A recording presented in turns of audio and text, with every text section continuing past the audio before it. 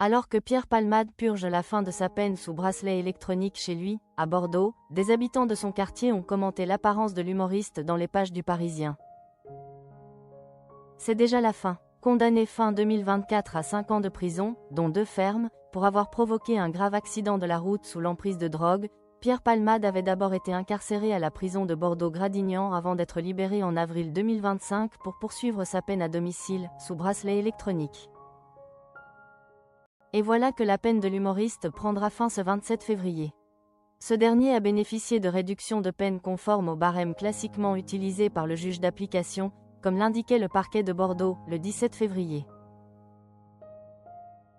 L'intéressé reste soumis à un sursis probatoire pour une durée de 3 ans comportant notamment une obligation de travail, une obligation de soins et une obligation d'indemniser les victimes, est-il précisé.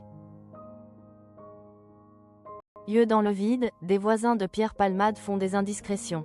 En attendant, Pierre Palmade purge les quelques jours qui lui restent à son domicile bordelais. Si ce dernier essaye de se faire discret, il n'est pas passé inaperçu auprès des habitants du quartier, qui ont commenté sans retenue l'apparence de l'humoriste dans les colonnes du Parisien. Ces derniers décrivent un homme toujours tout seul et discret. Des yeux dans le vide, comme s'il ne voyait personne, ça m'a fait de la peine. On dirait un zombie, indique l'un d'eux.